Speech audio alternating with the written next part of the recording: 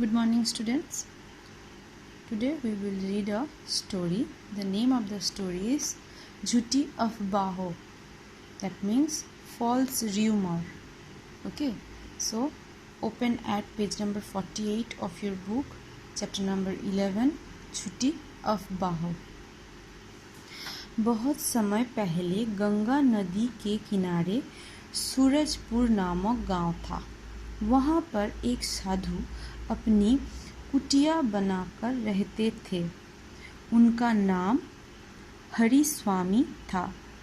वो सुबह शाम भगवान की पूजा अर्चना में लगे रहते और दोपहर को गांव से भिक्षा मांग कर ले आते। इस तरह उनका जीवन बहुत ही सरल और सादगी के साथ चल रहा था। So once upon a time there was a village on the bank of river Ganga. A monk lived there in a hut. His name was Hariswami. He worshipped God in the morning and in the evening and went for begging in the afternoon. In this way, he was passing a very simple and peaceful life. गांव वाले साधु के बहुत सम्मान करते थे और अपनी समस्याओं के समाधान के लिए उनके पास आते थे। साधु को इस तरह सम्मान देना गांव के कुछ लोगों को पसंद नहीं था। वे साधु को गांव से बाहर निकालना चाहते थे। ये सोचकर उन्होंने साधु को गांव से बाहर निकालने के लिए एक योजना बनाई। The villagers respected the monk and came to him whenever they faced any problem. Okay. So they came to the monk to get solution to their problems. But some people were jealous of this. So they planned to get him out of the village. एक दिन जब हरिस्वामी भिक्षा मांगने के लिए गांव में आए तो उन्हें नापसंद करने वाले दो व्यक्ति आपस में फुसफुसाकर बातें करने लगे। एक व्यक्ति बोला, लोग इस साधु को भला वो सज्जन मानते हैं, परंतु ये बड़ा दुष्ट है। दूसरा बोला, हाँ तुम बिल्कुल सही कह रहे हो, ये साधु बच्चों को चोरी करता है और उन्हें मारकर खा जाता है। तुम इससे ज़रा सतर्क रहना और अपने बच्चों का खास ध्यान रखना। So one day when the monk went to beg, two men who hated him began to gossip something. They said that he was not a good monk. He was actually a fraud person who stole the children and ate them. So they must be aware of the monk. इन दोनों दुष्टों की बात एक अन्य ग्रामीण बड़े ध्यानपूर्वक सुन रहा था। उसने उनकी बात सच मानी और दूसरे ग्रामीण को बताई। इस प्रकार ये बात एक से दूसरे से तीसरे व्यक्ति के पास से होते हुए गांव भर में फैल गई। सभी ने इस झूठी अफवाहों को सच मान लिया। सभी गांव वाले हरिस्वामी से नफरत करने और डरने लगे। So a man heard their conversation and believed them. So he told this to other villagers. In this way, this rumor was spreaded into the village, and everybody started believing this and started hating the monk Hariswami. एक दिन कुछ लोग एकत्र होकर हरिस्वामी की कुटिया में गए। उन्होंने कहा, हे साधु महाराज, हमारी आपसे ये प्रार्थना है कि आप ये गांव छोड़कर चले जाइए। इसी में आपका और हमारा हित है। ग्रामीणों की बात सुनकर हरिस्वामी चकित हो गए। जब उन्होंने ग्रामीणों से उनके ऐसे व्यवहार का कारण पूछा तो एक व्यक्ति ने कहा, अभी तो बड़े भोले बन रहे हो, मगर तुम बहुत ही दुष्ट व्यक्ति हो। हमें तुम्हारी सच्चाई पता लग गई है। तुम बच्चों को पकड़कर उन्हें मारकर खा जाते हो। One day, some villagers came to him and told him to leave the village. When he asked the reason, they said that they have come to know about his reality. इस व्यक्ति का आरोप सुनकर हरिस्वामी चकित रह गए। इस झूठे और घिनौनी आरोप से हरिस्वामी का मन व्यथित हो उठा। वो चुपचाप अपनी कुटिया में चले गए। वो रात को सो भी नहीं सके। अगले दिन जब हरिस्वामी गांव में भिक्षा मांगने गए तो किसी ने उन्हें भिक्षा नहीं दी।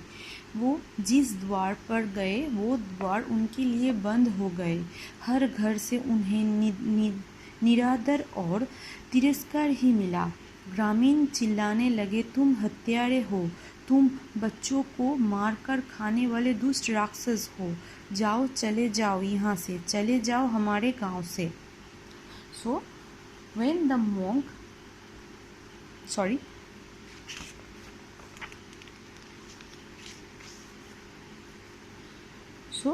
monk became surprised and sad. Without saying anything, he went into the hut. He could not sleep at that night. The next day, when he went to beg in the village, none gave him anything. And not only that, everybody insulted him, and the doors were shut for him. The villagers called him murderer, demon who ate the children. So he must leave the village. Hariswami की समझ में नहीं आ रहा था कि ग्रामीण अचानक उनके साथ ऐसा अभद्र व्यवहार क्यों कर रहे हैं। उन्होंने सोचा, कल तक तो यही गांव वालों मेरी पूजा करते थे और आज मुझे भागने पर तुले हैं। मुझे हत्यारा मान बैठे हैं। अवश्य ही किसी ने मेरे खिलाफ झूठी अफवाह फैलाई है, जिस पर इन भोले भाले ग्रामीण ने सहज ही विश्वास कर लिया है। Hariswami realized that certainly someone spread rumor about him, and believing this, the simple villagers who worshipped him as God suddenly started hating him. ये सोचकर वो बोले, आप लोग क्या कह रहे हो? मैं भला आपके बच्चों को मारकर क्यों खाऊंगा? आप सभी अपने अपने घरों में जाकर अपने बच्चों को देखिए और बताइए कि आप लोगों में से किसका बच्चा खोया है या बहुत दिनों से गायब है। ये कहकर साधु हरिस्वामी दुखी मन से वापस चले गए। साधु की बातें सुनकर लोगों को एहसास हुआ कि वो सही कह रहे हैं। सभी अपने अपने बच्चों से सलामत देख अपने अभद्र व्यवहार पर शर्मिंदा थे।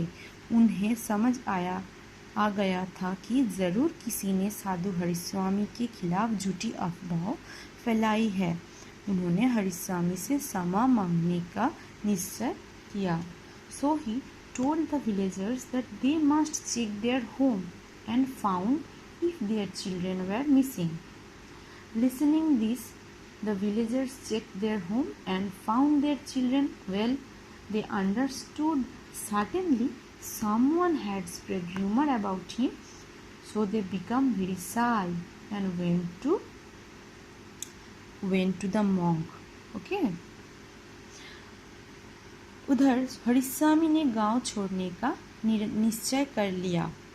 उन्होंने घोषणा की कि वे सूरजपुर तो क्या उसके आसपास के शहर और गांव में भी फिर कभी कदम नहीं रखेंगे। जब ये खबर गांव वालों को मिली तो वो तुरंत साधु को कुटिया में गए और उनसे क्षमा मांगी। साधु ने उन्हें क्षमा कर दिया और उनसे वादा लिया कि वो अब से किसी अफवाह पर ध्यान नहीं देंगे और अफवाहों की आधार पर कोई भी निर्णय नहीं लेंगे. But the monk decided to leave the village. Listening this, all the villagers came to him and said to forgive them. The monk advised all that they should not believe any rumor. Okay.